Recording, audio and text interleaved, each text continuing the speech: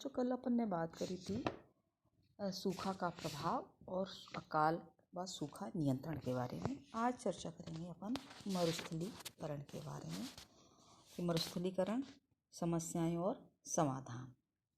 तो अगर हम देश को की आबादी को देखें, उसका एक बहुत बड़ा भाग शुष्क और अर्ध क्षेत्र में रहता है। भारत की करीब 17.36 करोड़ हेक्टेयर अथवा देश के कुल क्षेत्रफल का 53% मरुस्थलीकरण से प्रभावित है। ये क्षेत्र अक्सर सूखे की चपेट में रहते हैं और सूखा अगर ज़्यादा होता है तो मरुस्थलीकरण की प्रक्रिया उतनी ही तेज होती है। राजस्थान का पश्चिमी भाग और गुजरात का कच्छ जिला लगभग सूखे के लगभग सूखे की गिरफ्त में रहते हैं। गिरफ्त में मनुष्य और उसके पालतू पशु सदा से ही रेगिस्तानी क्षेत्रों में रहते आ रहे हैं। विश्व के अन्य शुष्क क्षेत्र अगर हम देखें, उनकी अपेक्षा भारत का जो शुष्क क्षेत्र है, राजस्थान का थार मरुस्थल, वहाँ पर जनसंख्या का दबाव हमें अन्य मरुस्थलीय क्षेत्रों से अधिक दिखाई देता है। अगर हम स्थल की बात करें तो भारत के पास विश्व के कुल स्थलीय भाग का मात्र 2.4% है। और अगर हम यहाँ पर जनसंख्या की बात करते हैं तो जनसंख्या का प्रतिशत 2.4, भूमि तो स्थल भाग तो केवल कितना है 2.4%, और जनसंख्या कितनी है उसमें 16.67%। भारत में विश्व में मौजूद जितने भी चरागाह हैं, उसका भारत के पास मात्र 0.5% है। और विश्व की अगर मवेशी देखें यहाँ पर तो ये 18% यहाँ पर देखने को मिलते हैं। मनुष्य और मवेशियों का जो ये दबाव है वो मरुस्थलीकरण को भी बढ़ावा देता है। मरुस्थलीकरण एक बहुआयामी समस्या है जिसके जैविक, भौगोलिक, सामाजिक, आर्थिक अनेक पक्ष हमें देखने को मिलते हैं। मरुस्थलीकरण आज अगर हम वैश्विक स्तर पर देखें तो एक बहुत बड़ी समस्या है। उससे बड़ी संख्या में मनुष्य उससे प्रभावित हो रहे हैं, क्योंकि रेत का साम्राज्य बढ़ने के कारण जो हमारा अन्न उत्पादन का क्षेत्र है वो निरंतर घटता जा रहा है। अनेक प्राकृतिक तंत्रों की धारण क्षमता कम होती जा रही है।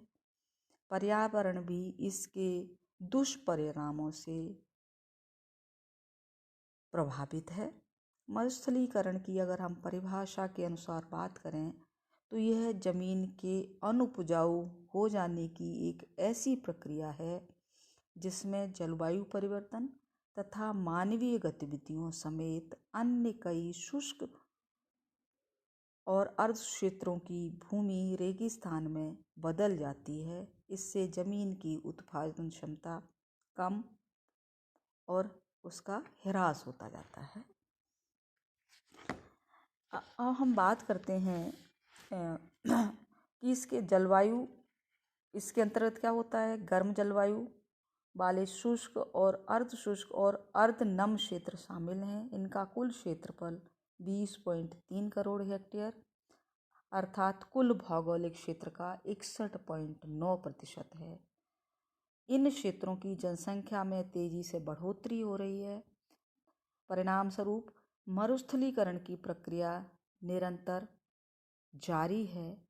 मौसम की दृष्टि से अत्यधिक संवेदनशील क्षेत्रों में जमीन की उत्पादन क्षमता घट रही है। भारत सरकार के हाल के एक अनुमान के अनुसार देश के कुल भू क्षेत्र के 32.7% पर जमीन के खराब होने की विभिन्न प्रक्रियाओं का हमें असर देखने को मिल रहा है।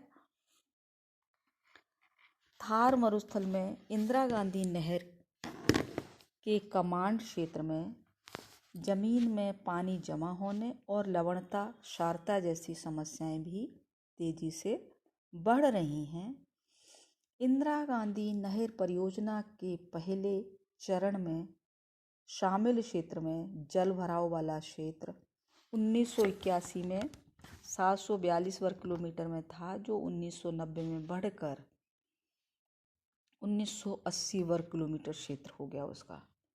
इसका मुख्य कारण क्या है कि भूमि के अंदर कुछ गहराई तक रेतीली मिट्टी के बाद जिप्सम और कैल्शियम की अधिकता वाली जो संरचनाएं हैं वो अवरोध पैदा करती हैं। इस तरह की लवणता वाली स्थिति मरुस्थल के दक्षिण मध्य में छोटे सिंचाई जलाशयों के कमान क्षेत्रों तथा ऐसे क्षेत्रों में भी पाई जाती हैं वहाँ नहरें लवणता की अधिकता वाली प्राचीन काल की नहरों को काटते हुए गुजरती हैं।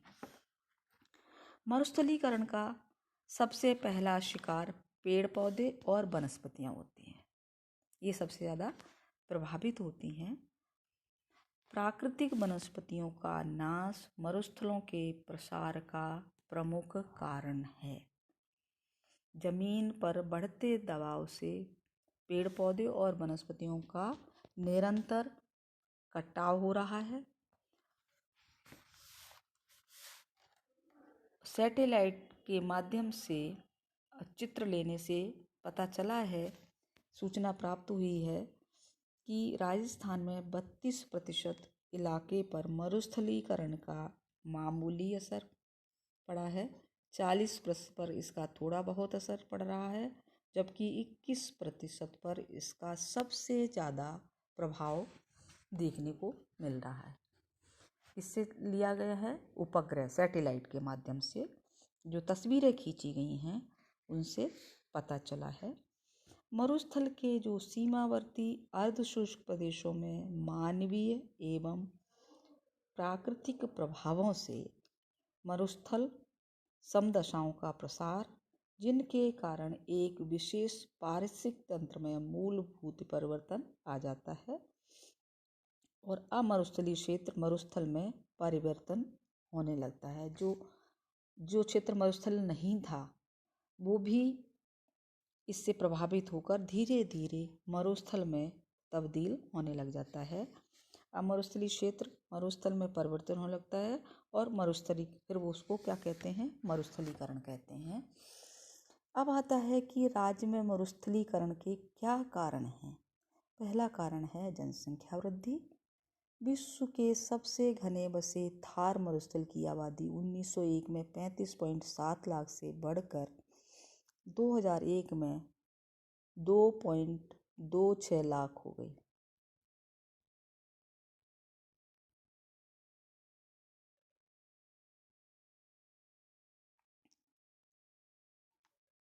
इससे प्राकृतिक संसाधनों का अति शोषण बढ़ा, जो मरुस्थल विस्तार में सहयोगी रहा।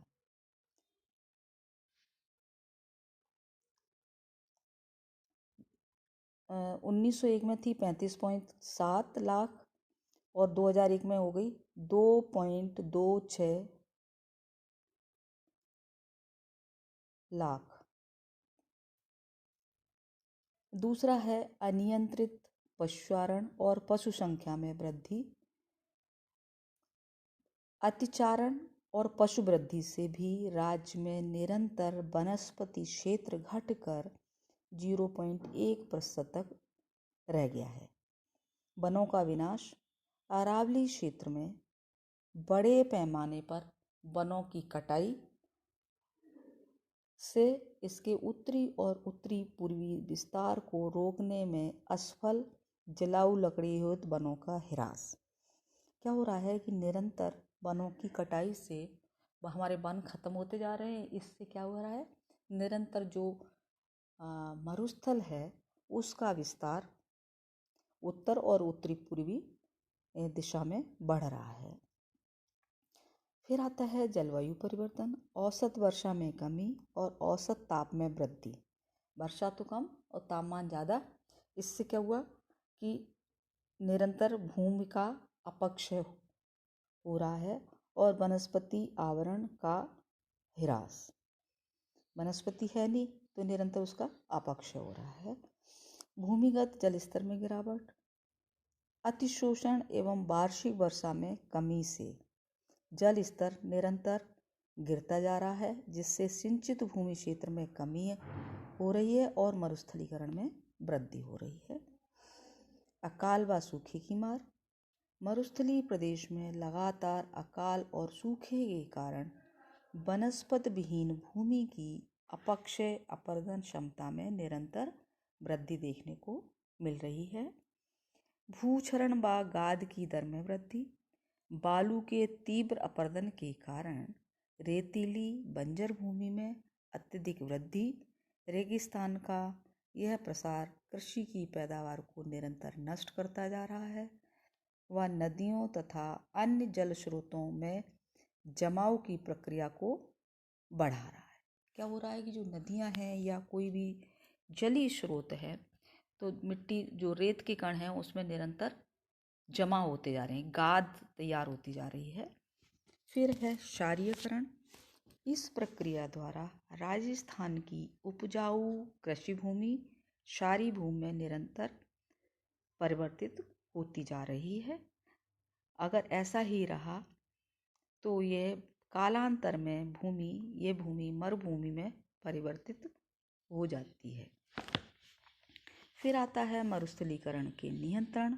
उसके लिए पहला है सघन वृक्षारोपण पट्टी। अरावली अंतरालों में 10 किलोमीटर चौड़ी घनी हरी सुरक्षा पट्टियाँ, जिसमें मरुस्थल का प्रसार पूर्वी राजस्थान की ओर न हो, इस तरह से वृक्षारोपण किया जाए। भूभाग के 33% पर भाग पर वन, सामाजिक व कृषि वानिकी तथा वन खेती द्वारा स्थानीय वृक्ष प्रजातियों को राजस्थान तथा सीमावर्ती राज्यों में रोपित किया जाए। वन क्षेत्र को बढ़ाकर 33% तक लाने का लक्ष्य रखा जाए, जिससे कि मरुस्थल का जो प्रसार है वो रोका जा सके। रेतीली भूमि पर सघन वृक्षारोपण। जिन क्षेत्रों में बालू के टीले हैं उन क्षेत्रों में पट्टीदार सघन वृक्षारोपण किया जाए, जिससे उसका स्थिरीकरण हो और जो मरु विस्तार है वो नियंत्रित हो सके। वृक्षों की कटाई पर प्रतिबंध। हमारे जो वन हैं, वन संरक्षण के लिए प्रभावी और व्यवहारिक कार्यक्रमों को चलाया जाए और साथ के साथ ही उन पर कटाई हेतु कठोर कानून और प्रतिबंध लगाया जाए, जिससे कि वनों की कटाई रुक सके। राजमार्ग और अन्य स्थानों पर वृक्षारोपण। जो हमारे राजमार्ग हैं उनके सारे नहरों और नदियों के दोनों किनारों पर सघन वृक्षारोपण किया जाए, जिससे कि हमारा जो मरुस्थल का प्रसार है वो रोका जा सके। वैकल्पिक ऊर्जा साधनों का विकास। ये इसलिए किया जाए क्योंकि जो जलावन की लकड़ी है वो जंगल काट के उनसे वनों को काट कर या पेड़ों को काट कर उनसे ईंधन का काम लिया जाता है, उसको रोका जा सके। उसके लिए ऊर्जा के जो अन्य सस्ते साधन हैं उनका विकास किया जाए, जिससे वनों का जो कटाई है वो नियंत्रित हो सके। पशु संख्या पर नियंत्रण। अनार्थिक जो पशु हैं जिनकी संख्या निरंतर बढ़ रही है उन पर नियंत्रण किया जाए और चारागाह भूमि को विस्तृत किया जाए, जिससे कि ये दबाव जो पशु जनसंख्या वृद्धि है उसका दबाव कम हो सके। चारागाह क्षेत्रों में वृद्धि। नए चारागाह क्षेत्रों का वैज्ञानिक ढंग से विकास किया जाए, जिससे कि हमारी जो भूमि कटाव है पशुओं के माध्यम से जो होती है, मरुस्थल का जो प्रसार होता है वो रोका जाए। योजनाओं की उचित क्रियान्विति। जो भी मरुस्थलीकरण के लिए जो योजनाएं बनाई जाती हैं उनको सुचारू रूप से चलाया जाए और उनकी ईमानदारी से उनकी क्रियान्विति हो। उनको जो चलाए जा रही हैं वो वास्तव में ही चलाई जाएं। ऐसा ना हो कि उनको कागज़ों पर चला दिया जाए और वास्तविकता में वो ना हो। तो ये था बच्चों राज्य में मरुस्थलीकरण और मरुस्थलीकरण के कारण और उनके नियंत्रण के उपाय। थैंक यू बच्चों।